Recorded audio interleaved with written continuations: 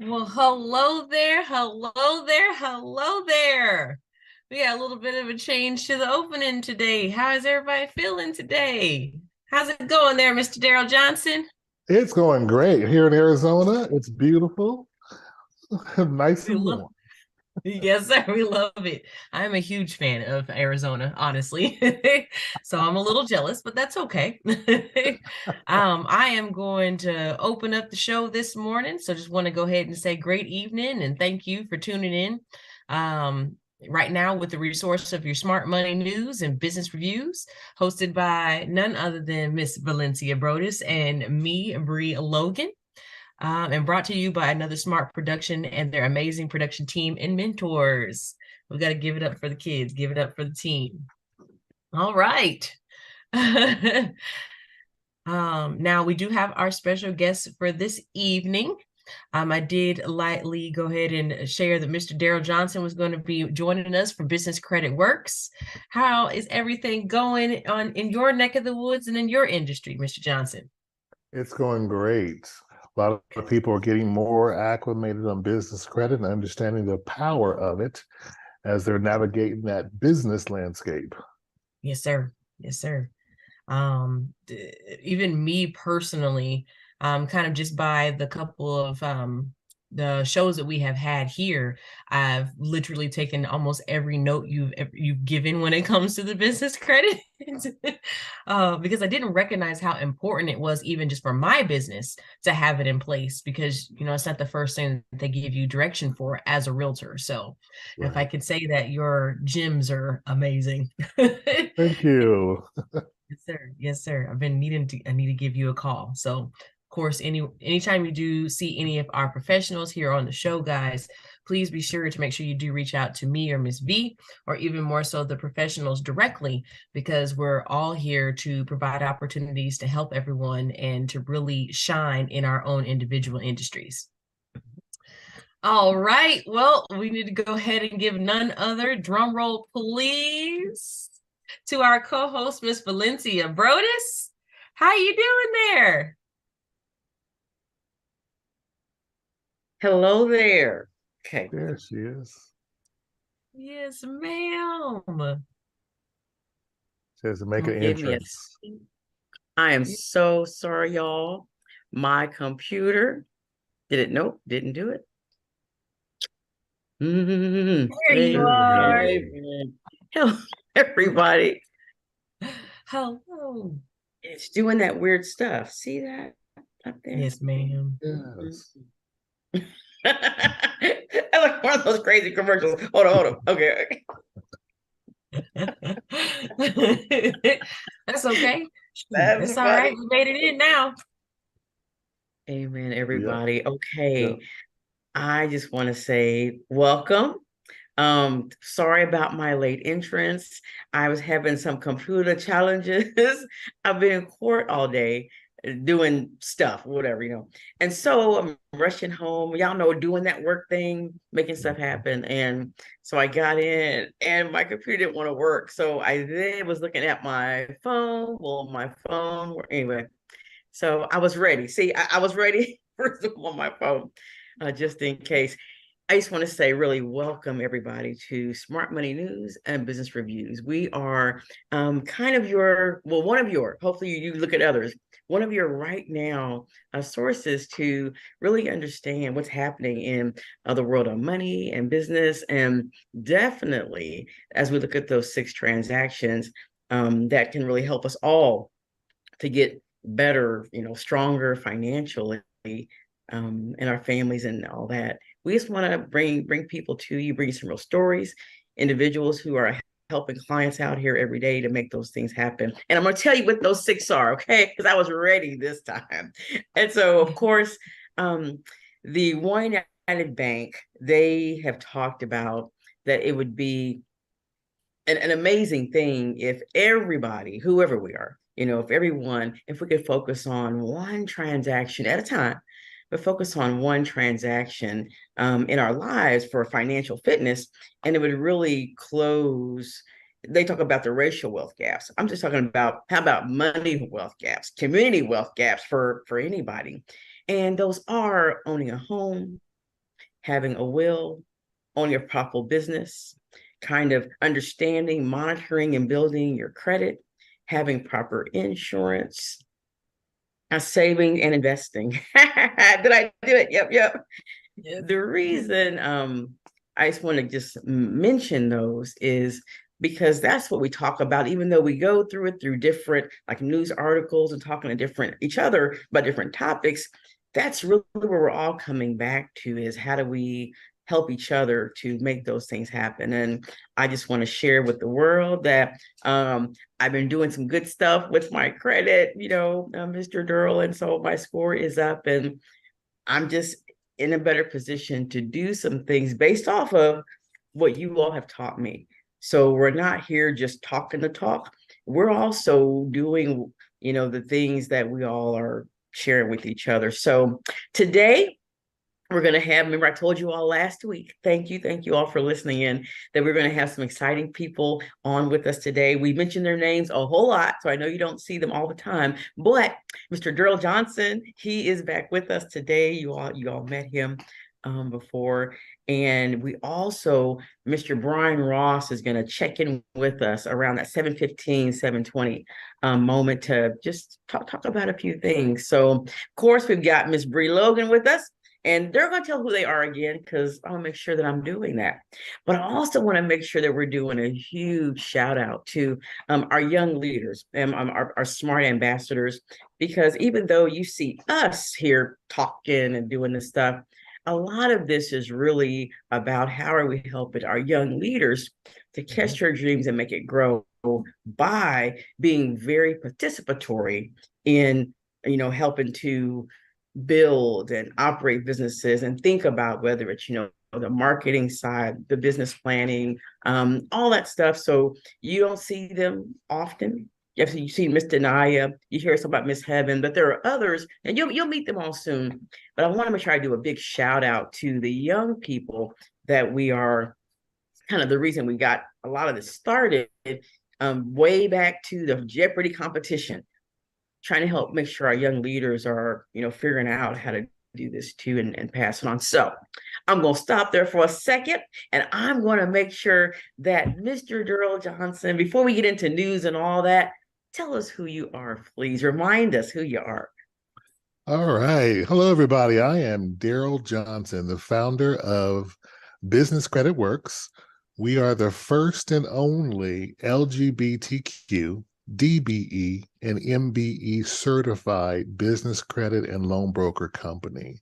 It was very important for me to get those certifications because it gives your business every opportunity to open more doors for you.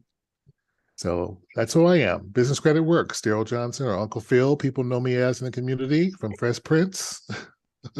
That too. Absolutely. And I know you all heard Mr. Johnson talk about not only the business credit side. Remember, we've been talking about funding almost every single week in some way. And so he also talked about, some funding side that he also works with. So we'll come back. We'll talk with him some more because a lot of the questions that you all had, we had, especially some of our younger people, they're watching. I mean, and they have comments and questions and they want to know about debt relief, building their credit. They want to know about owning businesses and how to get money and stuff. And the older people too, we want to know. So we are so excited that you're here with us, Mr. Durrell, because we've got some questions for you and we know you can answer them. So amen. Miss Bree Logan, please remind everybody who you are and what you do for this community. Yes, ma'am. Well, hello, everyone. How are you guys doing this evening? As Miss V said, my name is Bree Logan. I am a licensed realtor in both Kansas and Missouri with Remax Elite Realtors in Lee Summit, Missouri, based in Lee Summit, Missouri. So pretty much out here in the community, I'm trying to do my best in educating and providing a resource to everyone who has an interest in wanting to invest in real estate, whether that be residential or commercial. Excellent. So I know we talk about the home ownership part a lot, Ms. Bree. Tell us a little bit more about the commercial side. If people are looking for commercial properties, like what people that what are they kind of looking to do with them? And there comes Mr. Brian Ross is coming in. What are people looking to do with some of the commercial properties? So you have a lot of folks that are expanding off into building their businesses. Maybe they had a lot of time of, having their businesses based at home, and now they're needing space to expand, to be able to take advantage of more clientele, and even more so than trying to look into it as an investment. So even if they just purchase the space and then they're leasing it out, they're finding different ways to make their money work for them. They're catching some dreams. They're renting it out to other people, event spaces, catering companies, all sorts of, I mean, law offices, business credit places, definitely investor agent companies, which leads us, of course, to Mr. Brian Ross. We're kind of revving up the road for you and Mr. Durrell. And so you came in right at the perfect time. And I think you sometimes you all may, as I text you guys or do things, I'm sharing, people really they know your names, they know about you, and they want to know where these people at. So, Mr. Durrell, again, thank you, Mr. Brian Ross. Just tell who you are a little bit, and really how you help the community. And then we've got questions that we'll ask each other and talk to us. You want to go first, Daryl? He Oh, already I went. have. Oh, you already did my okay. I got the You stage. came Okay, right on. okay, You I got got the right on stage. time. Yep. All right. So I'll just say hi to everybody. So Brian Ross, financial advisor with Edward Jones. So just recently moved my office out to the Lee Summit area. Been with the firm so far for about 15 years. I'm sorry, 5 years. My bad. 5 years as a financial advisor, but overall the industry for about 15 plus years. So for those of you who haven't spoken with me before, excuse me, who haven't spoken with me before, but my passion has been financial literacy since I was probably 16, maybe 17 years of age. I even have it out there in my bio that my mom got me introduced to Susie Orman. So she was a kind of a financial guru, kind of Dave Ramsey type person back in the day. So she started talking about IRAs and Roth IRAs and investing and A shares and all this kind of stuff. I had no idea what it meant. Didn't know anything what that meant. So me and my mom used to just watch TV, talk about the topics on the weekends, and became a teller at the bank, then became a personal banker, corporate trainer, and then financial advisor over the last 5 years. So I tell people, not just from an academic or just kind of talking about discussion, I've lived it. I've made some mistakes. I still make some mistakes from time to time, but I've made some financial mistakes. And the great thing about the role of my journey so far is I got to see what other people do with their money in a smart way. And hopefully my role is to help to impart and put that information back in the community. Excellent. No, this is good. So, y'all, before we kind of talk to us a little bit more, and again, thank you everyone for like just tuning in and watching us, and thank you for the feedback that you give, and whether there's the surveys that we're sending out, and I get a lot of text messages, people saying, talk about this, talk about that. Everybody wants to know about taxes, and a lot of seniors are like, so y'all talking about the young stuff. And I'm like, well, no, Brian's gonna come and talk about retirement. And so they're like, you always talk about younger stuff, but younger people do. And I'm like, well, but we've got good stuff. So I would love for Mr. Walker, if you will please, talk with us just for a moment about KUAW. We are appreciative of this platform. And I want to make sure that we're hearing about KUAW and what KUAW is doing for the community and what you're doing, Mr. Walker, as well. Well, good evening, everybody. We do not have Mr. Walker today. You have Miss Paris Holly. So Hey, Miss thank you Paris. so much for joining us on KUAW. You can follow us on Facebook, Twitch, YouTube, and you can listen to us on KUAW.org. And you can also follow us on TuneIn Radio, and a few more things. I'm a little nervous now, but you can catch me in about 30 minutes, and I got you. Uh, feel free to This keep is listening and love all of our smart money talk. I'm this going to is put her good on my stuff. podcast. It's got a I great know, voice. Miss Paris, I'm just gonna ask you just for a moment because Great voice. um I didn't know she was gonna.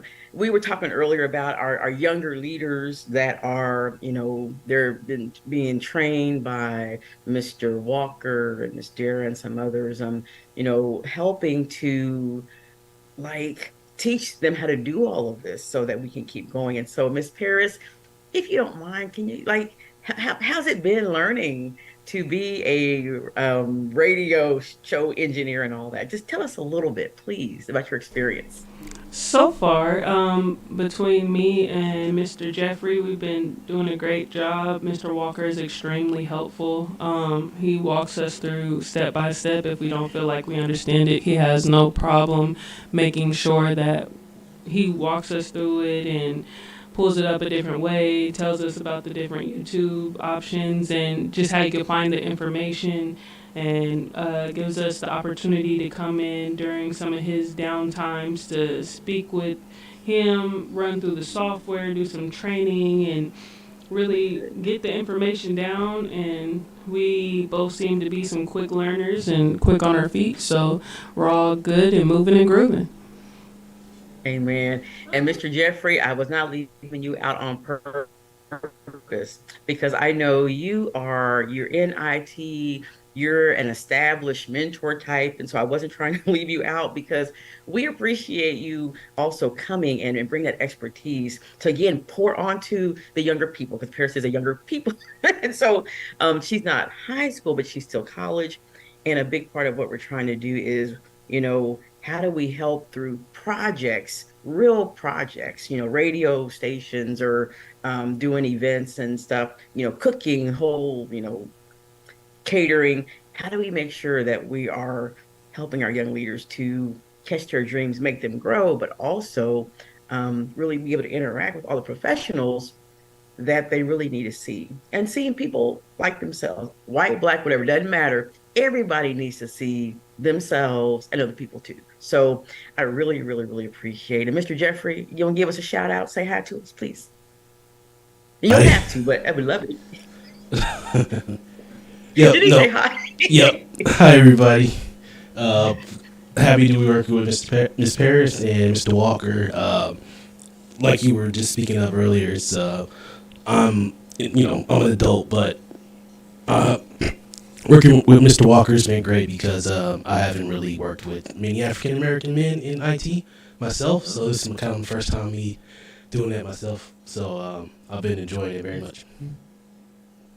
See, everybody needs mentors. And okay, y'all, we'll do that another show, but where we can see them too, because that's amazing stuff. Because Mr. Jeffrey, he's got a son, and like he said, he doesn't in his field. He's in one of those. Remember, talking about those higher tier fields. Sometimes they're more technical, and so that's a lot of the industries where sometimes we aren't, but in that STEM stuff. But those of us who are there, you're making it happen. But sometimes you may not have other people that look like you there. And Mr. Walker, we just love Mr. Walker. I just want to we're really appreciative of this opportunity to train, but also the product is yes, developing younger people and mentorship and all that. But the other product is that we get to continue to spread financial literacy just to the community in a different way. And I do want to really specifically thank Mr. Ross for partnering up with us years ago. He and I to start this piece, and then he kept saying, "How are we going to tell some more people?" He kept saying, "How are we going to tell some more people?" He kept saying, "How are we going to tell some more people?" That was his thing. We got to tell some more people, and we're trying to do that now, Mr. Ross. And so we'll keep doing our best content wise but helping the young people to come along with us because that really is the big deal for us. So I'm gonna quit talking just for a second. Miss Bree, talk to us. What have you been doing this week? I know it's only Monday, so what we're doing. Yes, ma'am. Well, shoot. No, now the thing is I always start my weeks off with the most positivity. Mondays is just as much a day for opportunity as Tuesday, Wednesday, and on. So Monday has actually been really busy. There's been a lot of bounce back going on with real estate, although it is still a little slow. There is some competition and aggressiveness out there. So I've been having very realistic conversations with my buyers, setting the appropriate expectations on, what they're pre-approved for versus what's available and in the market. And really just doing a lot of that counseling part of my career, kind of really just taking that time to find out what everyone's needs are and then making sure that we can carry those out. So a lot of conversation, a lot of fun stuff. Thank you. one of the things, and Mr. Drew, I'm going to throw this to you, if you'll allow me, because um, I mean, I watch Yahoo News all the time. I just watch this different news stuff, and there was a lady that was on. It wasn't the TikTok news thing they keep doing. A lot of Black entrepreneurs are really getting really visible and seeing through TikTok. I guess they have a business something. But I mean, this lady, she had a whole fashion thing. And once her boyfriend told her, hey, you should maybe try TikTok. And so she talked about it in the segment of she used TikTok, and it ended up to where she got saw by millions. But eventually she said, TikTok, they helped me to get a warehouse. So she talked about it in a way that I was like, so do they have a business, venture thing? I don't know, but that was great. But it wasn't that. But I want to mention that because they're talking about Black History Month.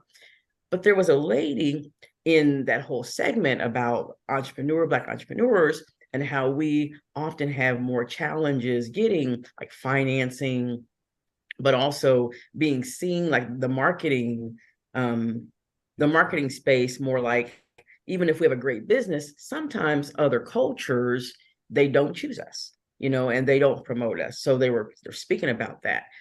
And so this lady was saying that the big piece is that in the last 2 years, African American women, especially, they have been the biggest growth of small businesses in the past over this pandemic.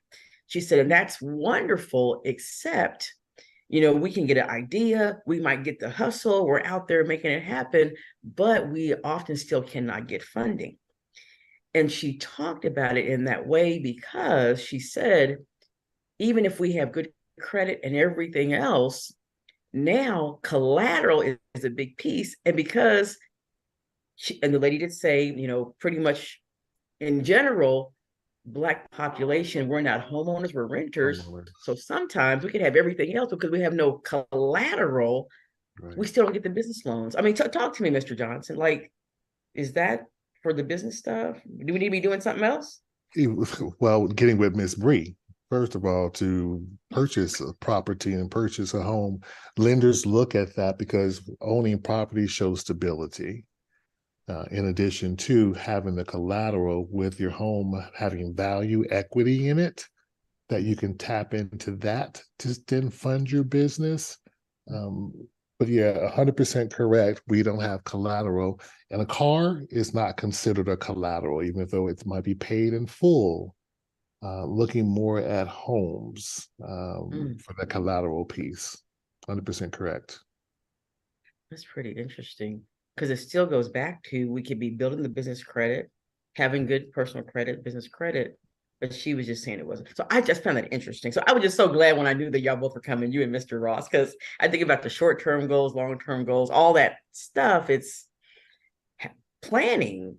We right. can jump out here and try to do stuff, but we've got to have a plan still, right? And we have to be creative about getting our resources together for our businesses. And that might be leveraging someone else's credit to get business credit cards, for example, at 0% interest. So, and then getting those, that's your startup capital to then, break into your business and get it going. Mm-hmm. Okay. Go ahead, Ms. Bree. I see you. So then, yes, okay, because this is a question that I've had even just personally for my business, and other people have asked. What is your standpoint on doing like a secured business credit card, or just kind of starting in that way with building your credit? Well, a couple of things have to come in mind. One, you have to know if that secured credit card is going to report to the business credit bureaus. Oh. A lot of times they will extend you a line of credit, but they don't report to the personal or the business. So it's not helping you build on either side, a credit score, a credit profile, personally or business-wise.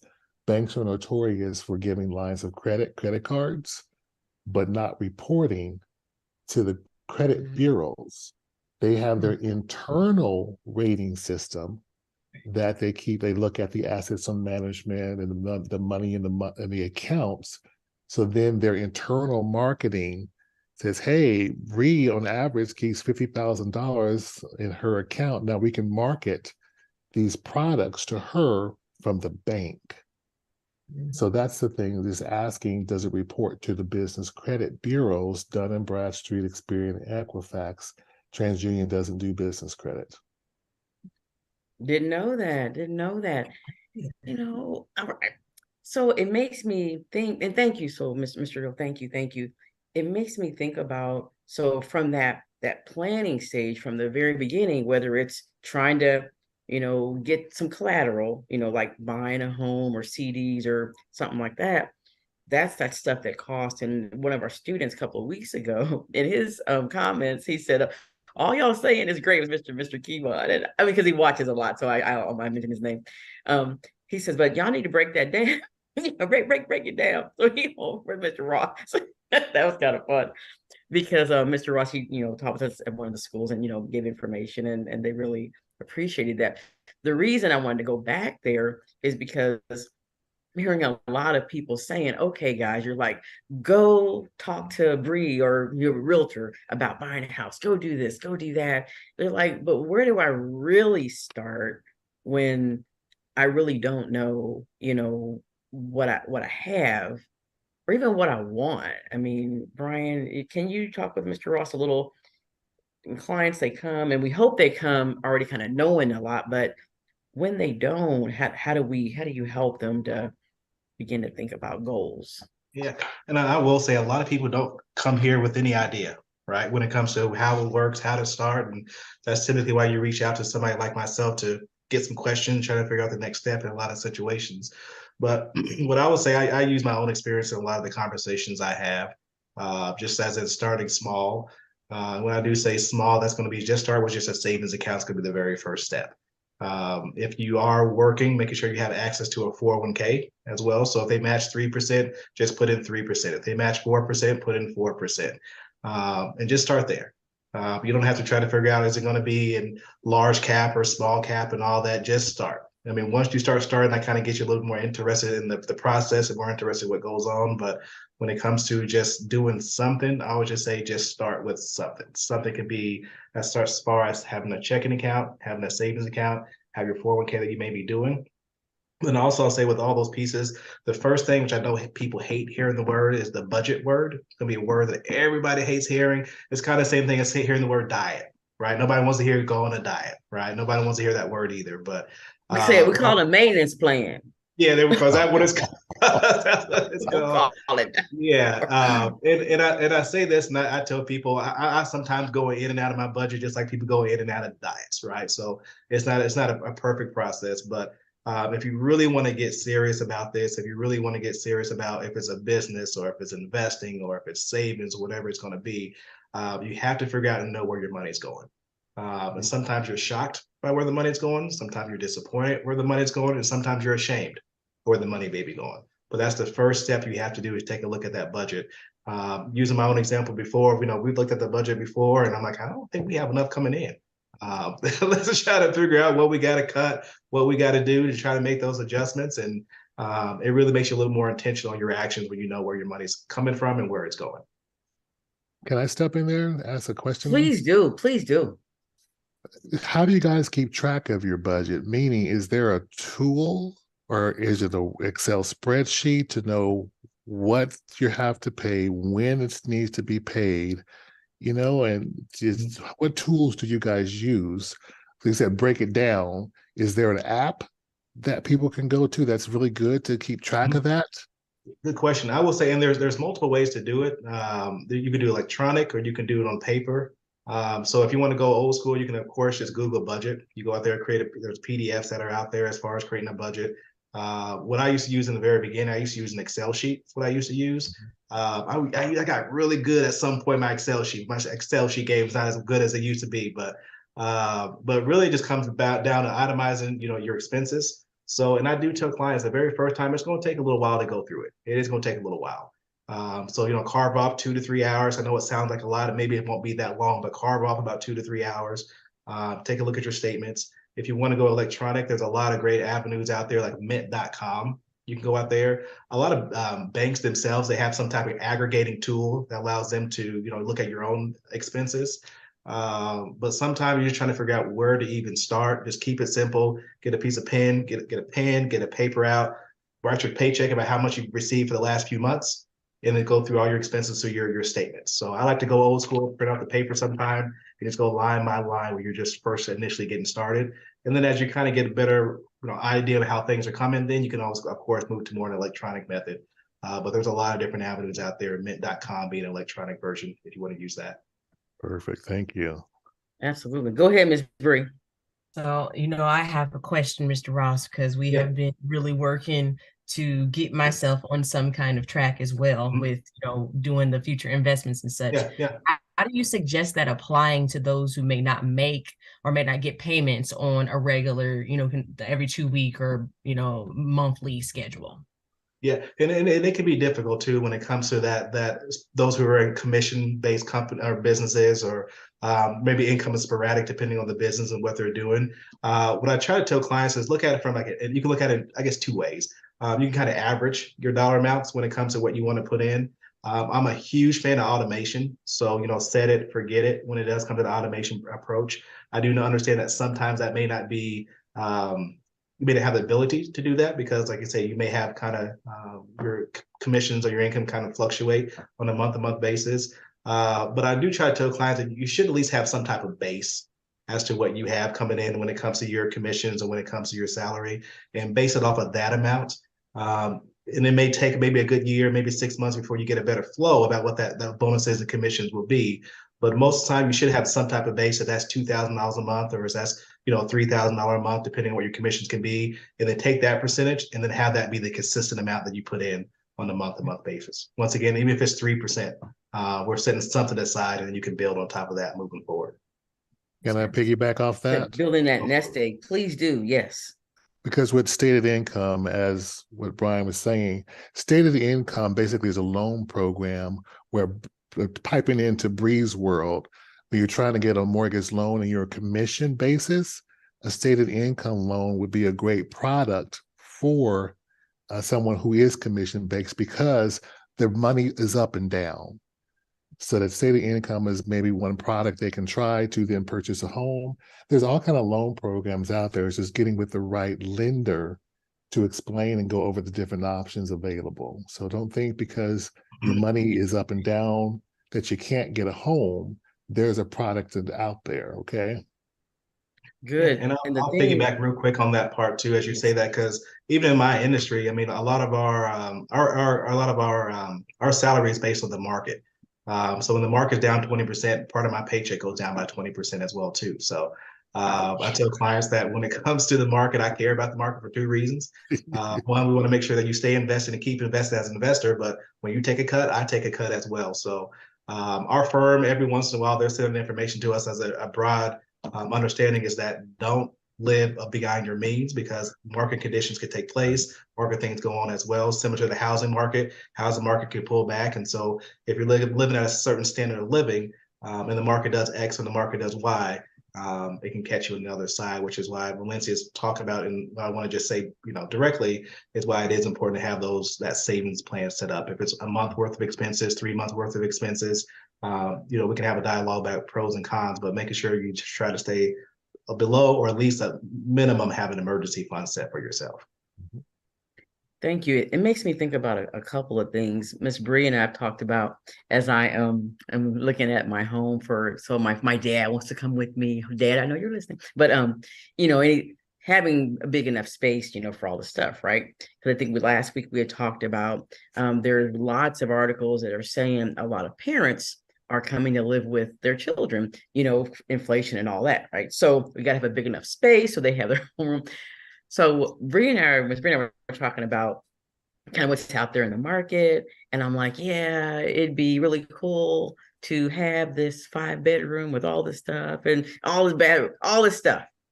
But I don't need that. So we talked about sometimes even, we want so much that living sometimes beyond our means when we really don't need it. And so I'm a fan of, frankly, starting with like starter homes, whether it's a starter car, starter homes, and just something that's enough, for really, again, what I need, rather than getting a whole lot of house, especially if you're fluctuating in income and stuff. I think often your mortgage lenders or car people, whoever, a point where they're only going to let you be late, one or two times, even if they know you have the money, it's going to affect your credit. So, Ms. Reno, we've talked about sometimes it's hard to convince people you don't have to get, the 10-star for your first house. Miss Bree, go, Mr. Johnson, go ahead. Well, you just made me think of something just to let people be aware of. If you ever get in that situation, like a car, for example, call up your lender and tell them you're in a hardship situation. They typically will do it one or two times, basically move that payment on the back end of that, or they might reduce it down to maybe just the interest payment for 3 or 6 months. All these lenders anymore going through the housing crisis have come up with hardship programs that you can call them up, let them know you're in a hardship, explain to them, I lost my job, give me some options. And that's one thing, just to be aware of that those exist. Yes, okay. Yes.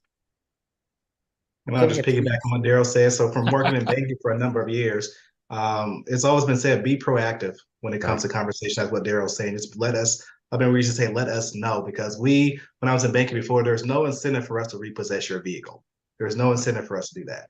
Because you can't go to work. You can't do anything like the house as well too. You can't do what you need to do as far as what needs to get this payment paid back. So, when it's 3 months down the road, 4 months down the road, you're trying to hide the car at somebody's house, or you're trying to leave the car in the garage, and you're trying to. I guess there was a rule back then that if it was tethered to the house, I think the repossessed man couldn't take it. Is what it could. You said tethered?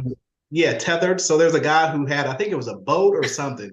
He had the boat attached to his house, like a little handle on the garage door is what he had. Because I guess I'm not sure how that worked legally, but all that to say, that way you don't have to try to hide and try to put the car in different places. Is a lot of times you can be proactive and let them know.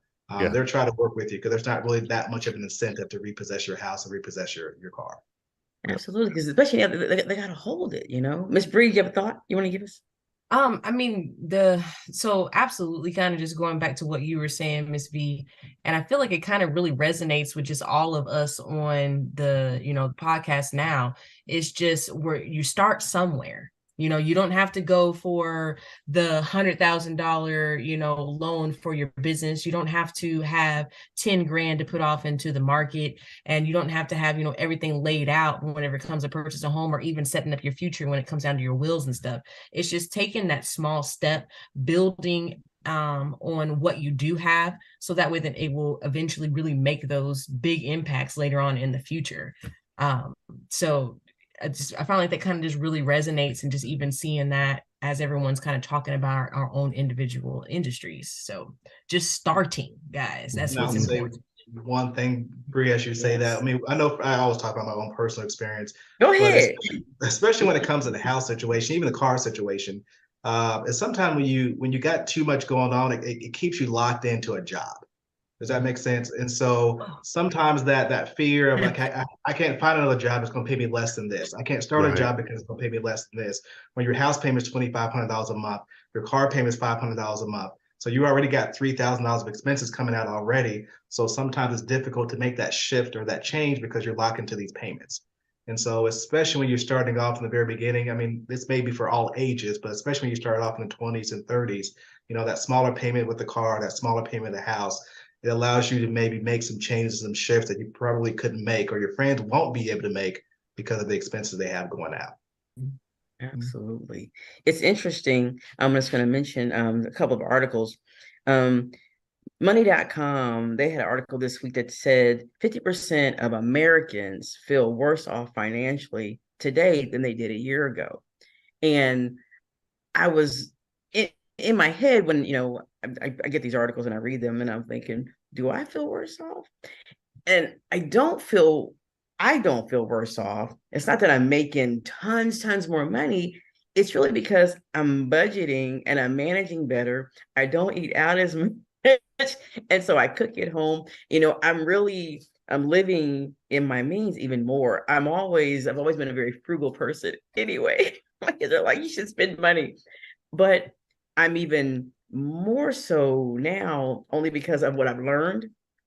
And so I've saved more. So again, I'm not stressing.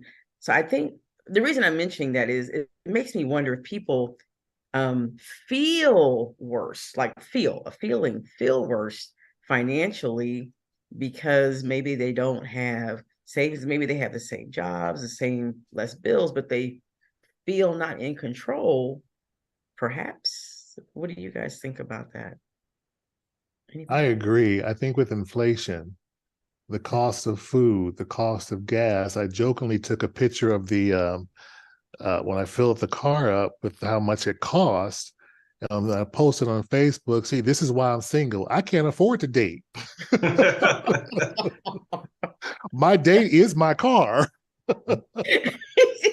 It's really, Miss Johnson, that's funny because it's hard out there. It's hard. Yes, yes. And one thing for me, even though it's hard, you still have to remember to have fun, be positive, because this too shall pass. Mhm. Okay, because you can get sucked into all of that. The hardness of what you're going through at that moment, that's a temporary moment. That's one road bump onto the future. Mhm. So, but always try to make some fun because the light in your spirit, that'll get you through anything. Right. Yes, Go sir. ahead, Miss Bree. Just to kind of go off of what Mr. Johnson was saying there, because I was finding myself in that same exact rut, not just but last week. In the instance, you're constantly worrying about, oh, okay, well, I've got to make sure I've got gas and I've got to make sure I take care of my two boys and we got to eat and so on and so forth. And you just kind of get caught in that whole mundane cycle of you just got to make it work. So I decided that I was going to start the plan of doing, I told you guys last week, I really like journaling. So I started this plan of doing 7 days of claiming. So I was claiming the things that I wanted, speaking it into existence. I do not know the Bible verse, guys, but it pretty much goes in the instance of speak it as if it is so. So that's the route that I took. And it really kind of helped me just kind of getting out of that cycle, what you were talking about, Miss Johnson, of just constantly focusing in on like what's not going in the right direction and just Right. speak what is actually going to happen. And it helped. It led me into my 7 days of thankfulness. So Okay. Thankful. Yay. Yay. That's Yay. good. That's good to write it down because it doesn't become this big hairy monster in your head when you put it on paper. You can visually see it. You're like, wow, it's not as bad as I thought. But as long as you keep your head buried in the sand and not visually see it, for me, when I visually see it, it's like, oh, it's not that bad. And then I love that you talked about really manifesting. So, not with the manifesting, what are the steps that you need to take to get to the end? So, as opposed to looking at the end and I'm going to finish this race and visualizing yourself at the end of the race, no, there were many mornings you got up, crack of dawn, darkness, the steps you took every day to get to the end. So you got to map out those steps and manifest it at that end where you want to be. I agree. It's kind of like when we want to go on a trip, you know. Normally, but especially if it's the ones where it's like, some trip somewhere, if it's $2,000. So everybody, your family, everybody, they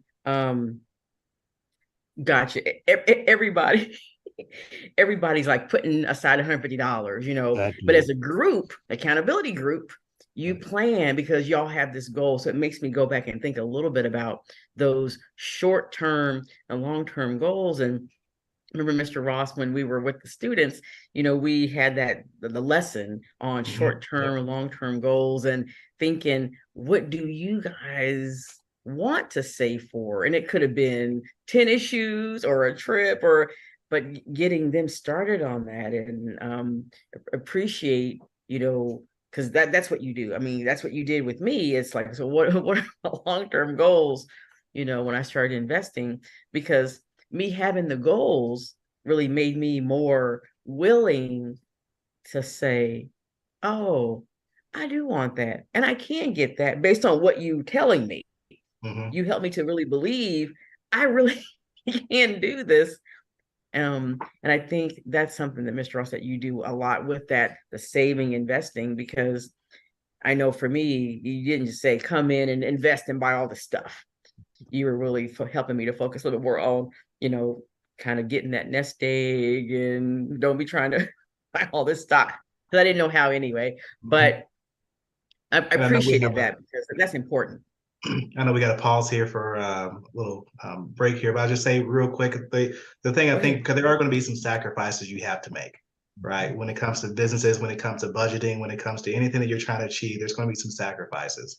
But that if you can kind of remember what the why was, what the goal is, what the mission is, it helps you get there. It's not always going to be easy, but it can help you. It can help you get there a lot better. So. Yeah, I was going to jump in there real quick too. Go I know we ahead, have to take a please. break. For me, I have this little in my what I do for myself. I ask myself two questions: Is this a want or is this a need? Mhm. And then if it goes to a want, leave the store. Mhm.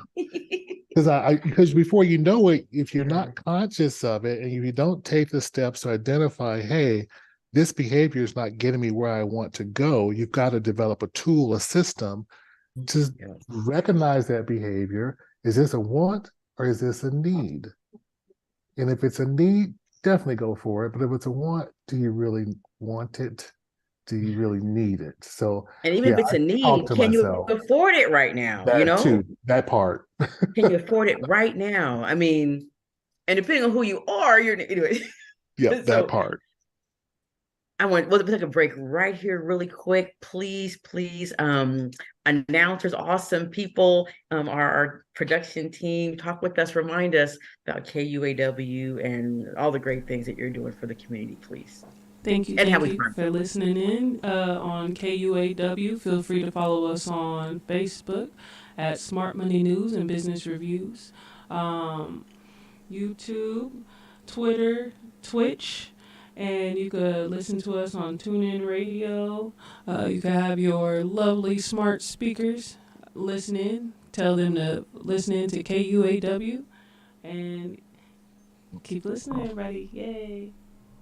And if you guys will, as you're, I mean, please, audience, everyone, please, check us out, do a like and subscribe, because there's other shows here on KUAW. This is community radio. And one of the reasons we definitely were excited when Mr. Walker and Mr. Boyd and others asked us to, work with our young people to produce a radio show. And the financial literacy just happened to be the perfect content, that they were learning and we can spread. But community radio, it's a way that we're able to get into something that's, built by people in our community. Again, I mean, Black, white, whoever, lots of different people of different races, genders, etc. Support sponsor KUAW. So it's not just a Black thing. Sometimes people think we're doing that, but we're really not. It just happens to be, heavily produced by, etc. But it's for everybody. This information is for everybody. And our young people, they see everybody in their schools. We got to remember that. They're blended environments they're in, and the more that they know and they can share it and be smart about it, know what they're talking about, and show, hey, I've got stuff too, it makes them feel proud to know they have mentors out here that are pushing them, that will talk with them. And so one of the things that, again, Mr. KUAW said last week in his comments, I know I keep, he lets us share his name, is that he said, it's wonderful seeing people I'm familiar with, because he saw, Mr. Alfred, he saw Miss Denaya, he met Mr. Ali before. So he keeps getting to see us talking, and we're not news people, you know what I mean? But they're seeing us on this thing, talking, saying good information that can help them to be successful, them and their families. And they're like, this is good stuff. Can I just break it down some more? Mr. KUAW's funny. Break it down some more. It's really good. Short-term goals, I'd like if you guys will, because people say give more examples, and they said they really want us to make sure that we're talking to older people too. So older people, I'm an older people, so but they're like, y'all talk about the young people and what the young people are doing. All this gray. Right. I'm like, we talk about older people too. And they're like, so if they're living on fixed incomes and they're kind of barely making it, what other things can they be doing to save a little bit more? Is it just saving? Is it maybe finding a part-time job? Or I don't know the answers, because some, at least some of the people I've talked to who are 60 plus, they don't have 401ks from jobs or anything, and they're on fixed income, and they're like, but how do I get more based off of what we're sharing? So thought for anyone? Piggyback. I can start it here if you want me to. Please. I will say, I mean, on face value, I will say it can be difficult when it comes to fixed income. So for those who maybe just have Social Security coming in, so which is a check from the government that comes in, it could be $1,200, $1,800, $2,000 a month, maybe a small pension. So a lot of companies nowadays they don't offer any type of pension, but it can be difficult, especially as you mentioned before about inflation, just cost of goods are going up. So, cereal and milk and gas and eggs and all that going up in price. It can be difficult. I will say that the thing I will say is that it can be, you gotta, and I know this doesn't make anybody feel good, and it's a hard answer here, but I mean, it does go back to two parts. One is going to be going back to the budget, trying to think what expenses can we cut, what expenses can I cut. Some situations it may be going back to if it's family members that you may have to utilize. If it's what's the word I'm looking for? Is there's food banks that you may be able to stretch a dollar with. I know from a what's the word I'm looking for? From a pride perspective, it may be something that you don't want to do, but just look at it as a temporary, kind of going through a season. As Daryl kind of mentioned, this is a temporary or a bridge that I'm going to be going through. And then maybe when you get back on your feet, things go better. You can maybe volunteer your time at the food pantry, so you feel like you're giving back in some manner as well. So sometimes that pride kind of gets in the way as far as being able to take a handout or take a little help or assistance. It's at least the piece I would say as far as the budget. As far as being able to stretch a dollar, coupons can go a long way as well when it comes to trying to figure out how to make it through when you have these seasons that go on with your dollars. I'll share a thought real quick. I have been happy that people are wanting to even share the concern. Let's go on, cry just a little bit, but it makes me happy because there are programs like for medications for any of us really, but for seniors, there's different programs that also, like, they're getting the raise in Social Security, like different benefits and stuff. And so how do we even from there a little bit, help people to learn to spend that money a little better? But there are a lot of programs out here. There's the man on the commercial. He goes into the pharmacy and he's got this card, and I don't really know what the card is, but there's this card and it just slashes the pharmacy stuff in half. Well, that's something that I didn't know about, but now I've told my dad.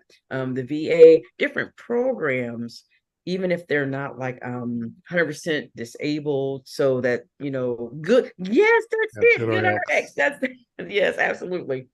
But there's different programs for any of us, really. And so I'm saying older because that's who's asking me that question, because they want to go on trips, they want to do stuff, and that's why a lot of them, they are staying with family again. But Mr. Ross, you hit it. It's the pride that's hard, because if we don't know our family members are going through stuff, young, old, whatever, we can't help. So we got to talk to each other, talk about money. Talked about you and your mom used to talk about money. My family, we do it more now, but for a long time, my daughter would say she, thought we were rich. Well, for a while they're in school, living off of student loans. So they never knew we were poor. And so I've got to pay that stuff back now, because no one ever talked to me about money for real. My dad talked about saving, but I didn't really know.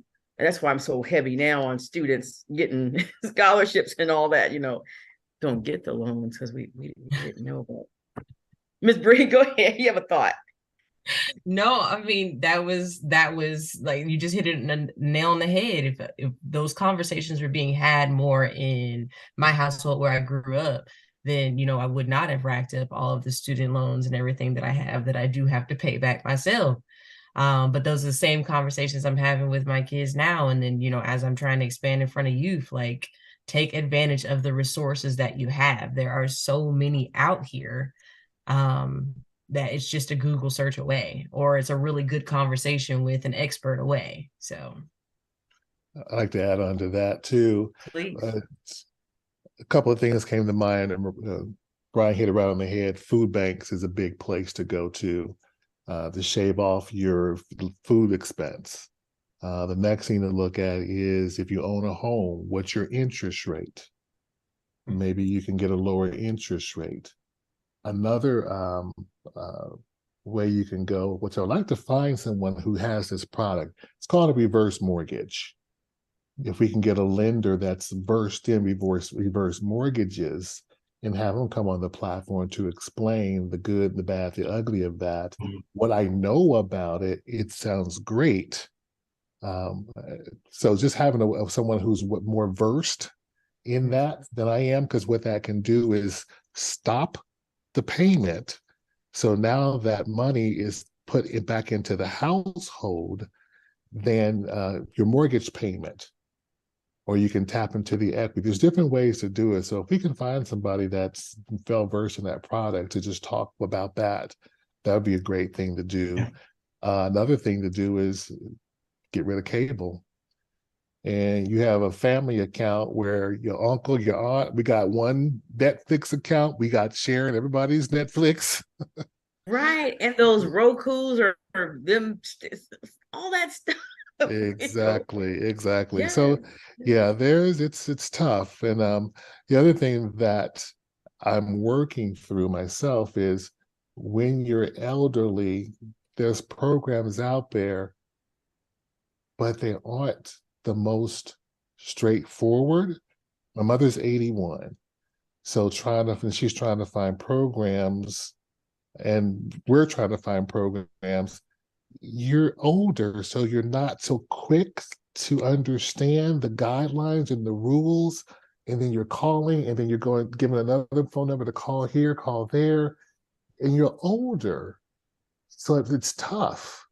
And if you don't have anyone there to help you to know where to go, to start the process, it can be very challenging where you just give up. And if you're by yourself, you just stay in your house because you're overwhelmed. No one's going to help you. So that's just personally what we're going through, is just trying to learn these programs. But those are some thoughts that I had with that. Yes. It's good. The reverse mortgage is excellent. I've talked with my dad and lots of others about them. Okay. I think it's from the estate planning side, it's more about depending on where you are in your journey. Meaning, do you want to leave the house to family, etc.? Then the reverse mortgage may not be for you. It could be another type of loan, because with the reverse mortgage, and I'll just share this, and then we'll maybe get Danny or someone else to come in and talk with us, Right. a lot more about it. Is that you basically are saying, if it's a $200,000 house, which is cool, and let's say it's got $100,000 in equity, they will give you that equity to live off of. You might pay interest only, some other things like that. But at the end, then when you die, the house goes to the mortgage company. So it's want to make sure, but if you're like kids and nobody wants it and stuff, that makes sense. So it's a conversation to have with family, Right. but it's definitely, the money is out there because a lot of our seniors are homeowners. Right. And so yeah, different ways to talk. Oh, that was good. That was good information to share, because they're asking, when you're going to talk to us. And so they're asking the question, and yeah, praise God. That was good. That was good. You guys, I know it's 7:58, and I would, yep. And so thank you. Our time's about running out. This was another good conversation. And Mr. Ross and Mr. Durrell, can you guys, is there like something you want people to take away from? I want them to come and see you guys if they need what you have. And so remind them, what you can help them with, anybody out here, if they need your service. Let Mr. Ross go first. I appreciate that. So my contact information is 816-272-6219. Still trying to get used to the new number, but once again, 816-272-6219. You can always just Google Brian Ross, So I tell people either Diana Ross or Rick Ross, depending on what age you are. You pick a age group there, by Diana Ross or Rick Ross. But really, for me, my ultimate goal is to help people just not to be afraid of talking about their finances, not to be afraid to talk about the numbers. Was my ultimate goal. And then, of course, helping those people who are 5 to 10 years out from retirement, making sure we're having discussions about those. And then also helping business owners to put yourself first when it does come to, you put so much of your energy and your time into your business. Let's make sure you're able to retire from it. So. That's a And, good one. Mr. Johnson, please talk to us. and you can get a hold of me at businesscreditworks.com. You can book an appointment on there. We can do a Zoom or we can do a telephone conversation. Just the big thing for me is education.